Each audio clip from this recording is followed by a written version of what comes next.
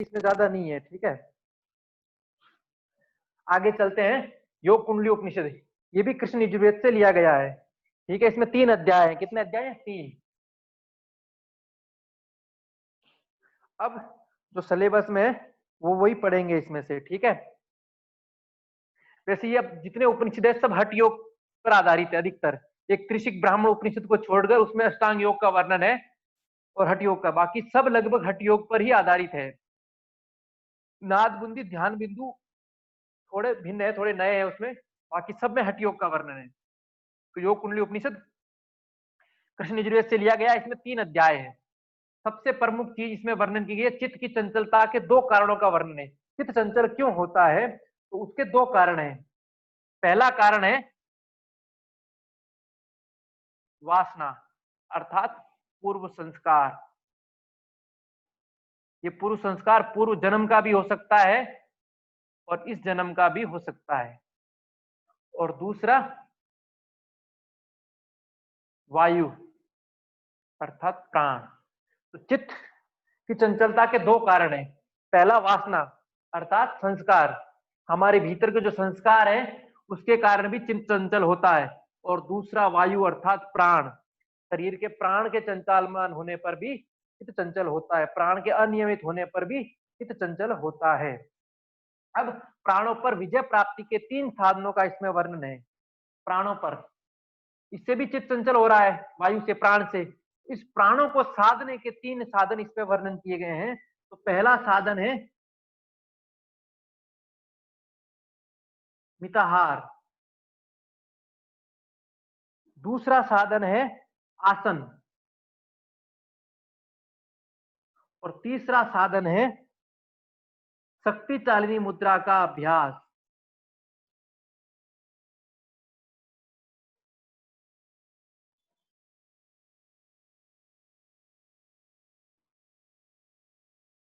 नाम से योग कुंडली उपनिषद है, शक्ति चालिनी मुद्रा कुंडलिनी से संबंधित है लगभग, ठीक है। तो चित्त की चंचलता के 2 कारण, पहले वासना अर्थात कर्म संस्कार, जीवन के संस्कार, और दूसरा वायु अर्थात प्राण। अब इन प्राणों पर विजय, ठीक है। प्राण चंचल है तो चित्त चंचल होना ही होना है। प्राण अनियमित है, चित्त अनियमित होना होना ही है। तो इस प्राण पर विजय प्राप्ति के 3 साधन है। पहला मिताहार, क्या करना? हठ प्रतिपदा में इस मिताहार की परिभाषा दी गई है। भोजन के लिए आधा पेट खाना, जितनी भूख है उसका 50% ही खाना, आधा भाग, और 1/4 भाग पानी के लिए खाली रखना, और 1/4 भाग वायु के लिए खाली रखना। ये मितार की परिभाषा में है, ठीक है। अर्थात 50% पेट भरना, 25% जल के लिए खाली रखना, 25% वायु के आवागमन के लिए खाली रखना। ये मितार के भीतर है। आसन, आसन या हठ योग के आसनी के रूप में ही उपयोग होंगे, ठीक है।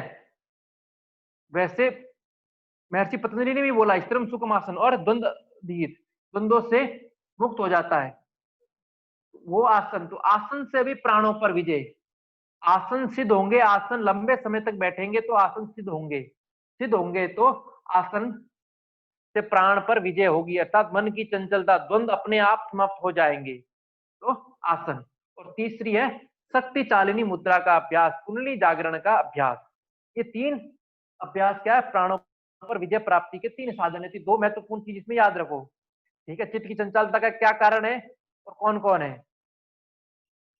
उसके बाद प्राण पर विजय प्राप्ति के साधन कितने हैं और कौन कौन है? 3 है, मिताहार, आसन, शक्ति चालिनी मुद्रा, ठीक है।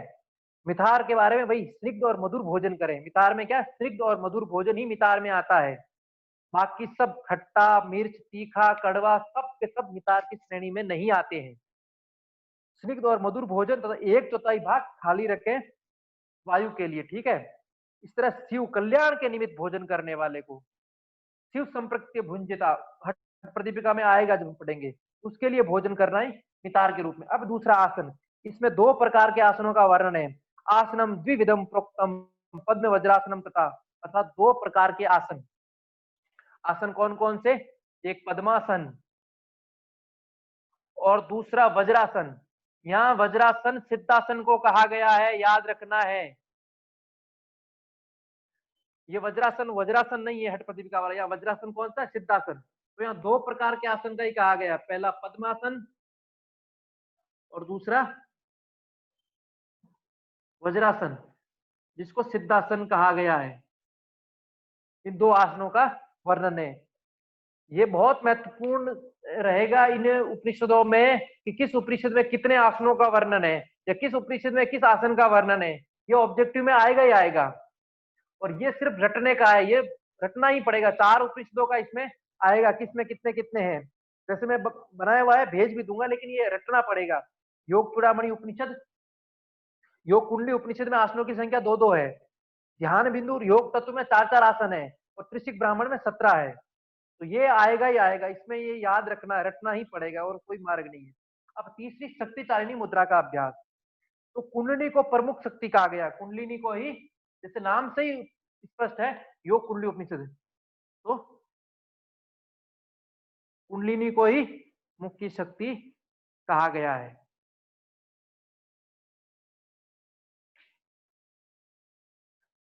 बुद्धिमान साधक कुंडलिनी चालन क्रिया के द्वारा कुंडलिनी को नीचे से ऊपर दोनों भ्रुकुटियों के मध्य ले जाता है। इस क्रिया को शक्ति चालिनी कहते हैं।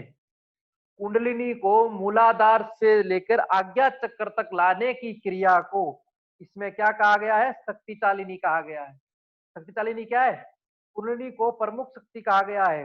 बुद्धिमान साधक कुंडलिनी चालन क्रिया के द्वारा कुंडलिनी को नीचे से अर्थात मूलाधार से ऊपर दोनों भ्रुकुटियों के मध्य ले जाता है। इस क्रिया को शक्ति चालिनी कहते हैं।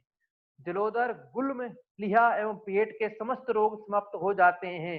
ये लाभ भी याद करने हैं, ठीक है। जलोदर, पेट में जल का हो जाना। गुल्म रोग, प्लीहा और पेट के, प्लीहा स्प्लीन और पेट के समस्त रोग नष्ट हो जाते हैं। इस प्रकार इस शक्ति चालिनी का लाभ इसमें वर्णन किया गया।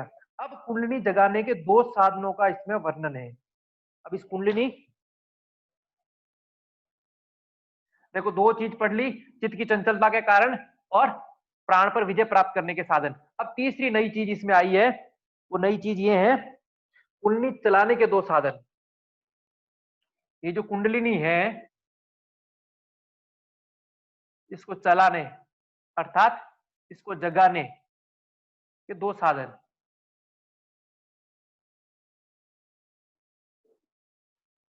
वो 2 साधन कौन कौन से हैं उसका हम वर्णन करेंगे। तो इसमें पहला है सरस्वती चालन और दूसरा है प्राणरोध।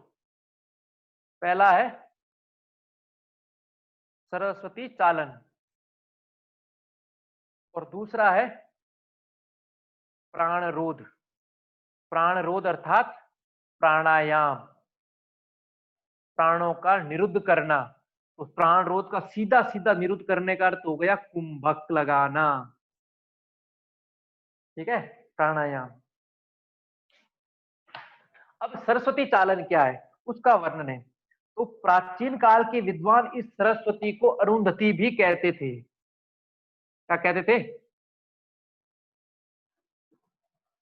अरुंधति भी कहते थे। सरस्वती को क्या कहते थे प्राचीन काल में? विद्वान अरुंधति भी कहते थे। अब कैसे करना है उसका बता रहे। पद्मासन में बैठकर बार बार रेचक पूरक करें। पद्मासन में बैठकर बार बार रेचक और पूरक करें। श्वास भरें, श्वास छोड़ें। नाड़ी कुंडली, नाड़ी कंद स्थान को,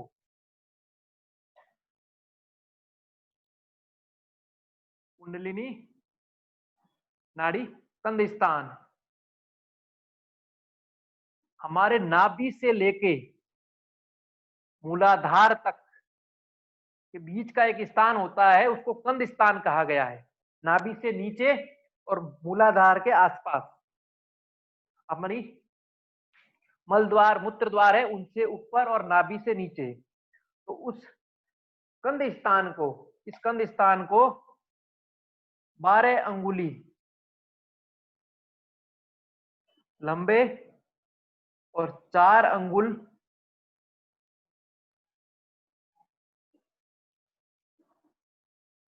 चौड़े वस्त्र से लपेटें। इस स्थान को लपेटने को बोला गया है। 12 अंगुल लंबा और 4 अंगुल चौड़े अंबर वस्त्र से के टुकड़े से लपेटें और बार बार पूरक रेचक करें। निर्भय होकर 2 मुहूर्त अर्थात 96 मिनट तक इसको चलाना चाहिए। इससे प्राण सुषुम्ना में प्रवाहित हो जाता है। नियमित रूप से शब्द गरबा शब्दमयी सरस्वती संचालन करना चाहिए। इस संचालन करने से योगी सभी प्रकार के रोगों से मुक्त हो जाता है। तो इस सरस्वती को क्या कहते हैं? अरुंधति भी कहते हैं। पद्मासन में बैठकर बार बार क्या करें? रेचक और पूरक करें। तत्पश्चात कुंडली नाड़ी जहां रहती है वो कंध स्थान कहलाता है। उस कंध स्थान में 12 अंगुली लंबे और 4 अंगुल चौड़े वस्त्र को लपेटे और उसके बाद लगातार पूरक रेचक करते हुए इस सरस्वती को चलाएं। इससे क्या हो, कितना चलाएं? 2 मुहूर्त। कितना चलाने को है? 2 मुहूर्त अर्थात 96 मिनट। एक मुहूर्त में 48 मिनट होते हैं, तो 2 मुहूर्त चलाने को बोला गया है। ठीक है, इससे प्राण क्या हो जाएंगे? सुषुम्ना में प्रवाहित हो जाएंगे। और नियमित रूप से किस प्रकार का सरस्वती संचालन करने का बोला है? शब्द गर्भा अर्थात शब्दमयी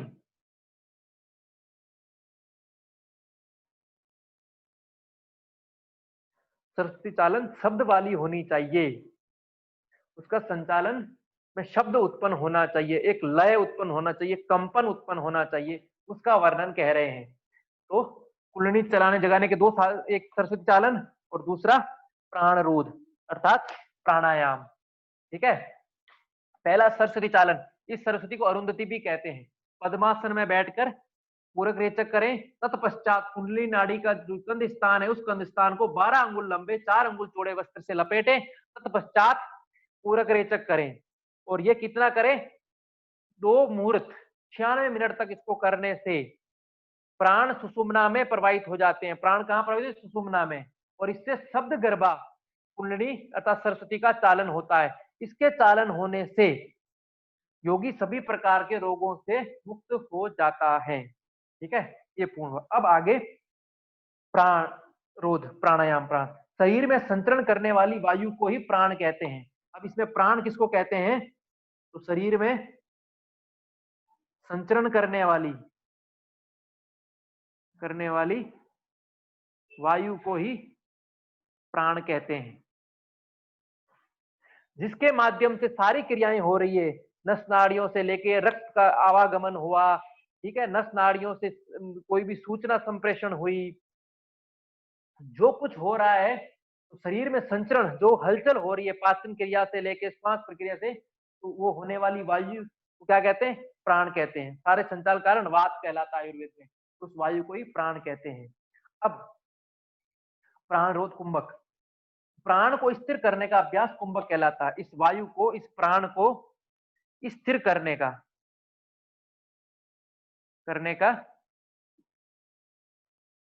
अभ्यास क्या कहलाता है? कुंभक। ये कुंभक की नई परिभाषा है, ध्यान रखना। वायु को स्थिर, प्राण को स्थिर करने का अभ्यास कुंभक कहलाता है। ठीक है, कुंभक क्या है? प्राण अथवा वायु को स्थिर करने का अभ्यास कुंभक कहलाता है। ये कुंभक 2 प्रकार का है, सहित कुंभक और केवल कुंभक। यहाँ जो प्राण रोध है ये कुंभक 2 प्रकार का है,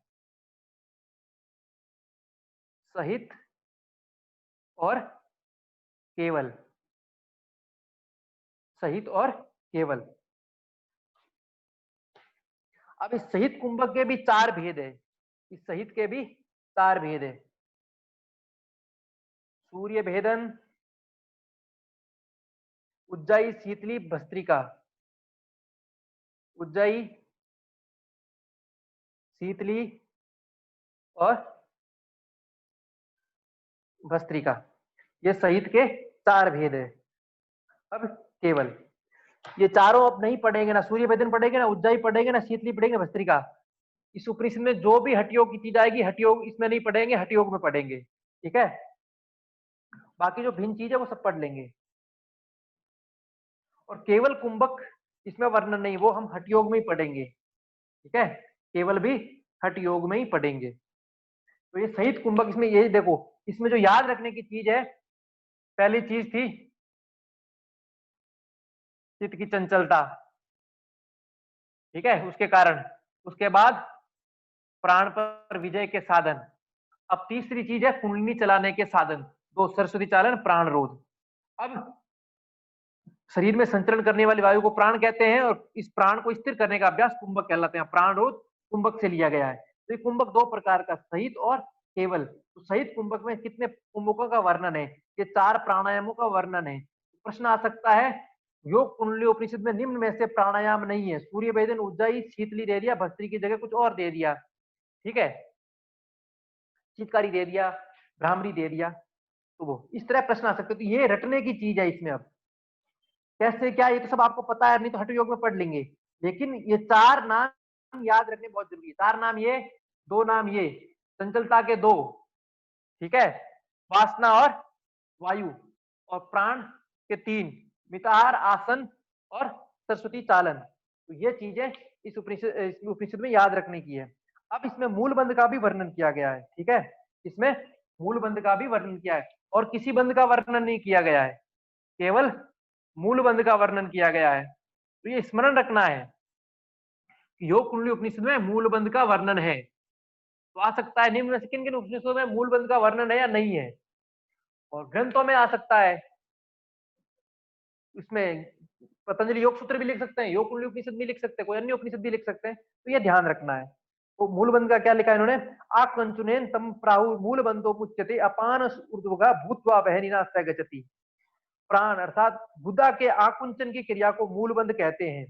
मूलबंध प्राण को ऊर्ध्वगामी बनाता है, अपान ऊर्ध्वगामी होकर अग्नि के साथ एक होकर ऊपर उड़ता है।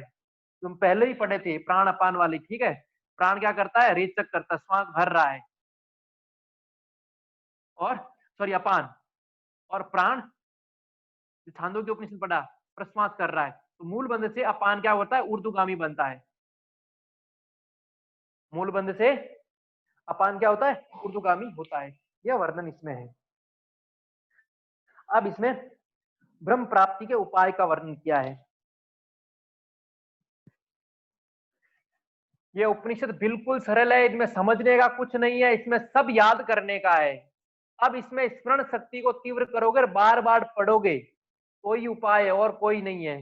बार बार चिंतन, बार बार अध्ययन। तो अब परमात्मा प्राप्ति या ब्रह्म प्राप्ति के उपाय। सर मूल बंध का बस किसमें यूज किया है इसमें? ऐसे ही आया है, किसी में यूज नहीं किया है, ठीक है, किसी विशेष चीज में नहीं, वो मैंने उसे बता दिया। मूल बंध का इसमें वर्णन मिलता है। अब ब्रह्म प्राप्ति के उपाय, उसका वर्णन करते हुए इसमें कहा है कुंडली जागरण की क्रिया, छठ चक्र भेदन, और ग्रंथि, 3 ग्रंथियां हैं ब्रह्मा विष्णु रुद्र, उनका भेदन, खेचरी मुद्रा का अभ्यास, आत्म अनुसंधान की साधना और ध्यान की प्रक्रिया से साधक ब्रह्म को प्राप्त हो जाता है। ब्रह्म प्राप्ति के उपाय बहुत सारे बताए गए इसमें, ठीक है। कुंडलिनी साधना भी बताई है, कुंडलिनी जागरण, उसके बाद छठ चक्र भेदन, हठयोग वाला पूरा का पूरा, फिर ग्रंथि भेदन, 3 ग्रंथियां जो होती है, ग्रंथि भेदन, इतना। इसके पश्चात का है खेचरी मुद्रा, खेचरी मुद्रा, फिर आत्मानुसंधान, या नादानुसंधान की जगह क्या है? आत्मानुसंधान की साधना, और ध्यान, आत्मा का अनुसंधान करना, अपने भीतर आत्मा को निरंतर देखना। यह ब्रह्म प्राप्ति के उपाय हैं। इस प्रकार ये उपनिषद पूर्ण हुआ, योग कुंडली उपनिषद पूर्ण हुआ।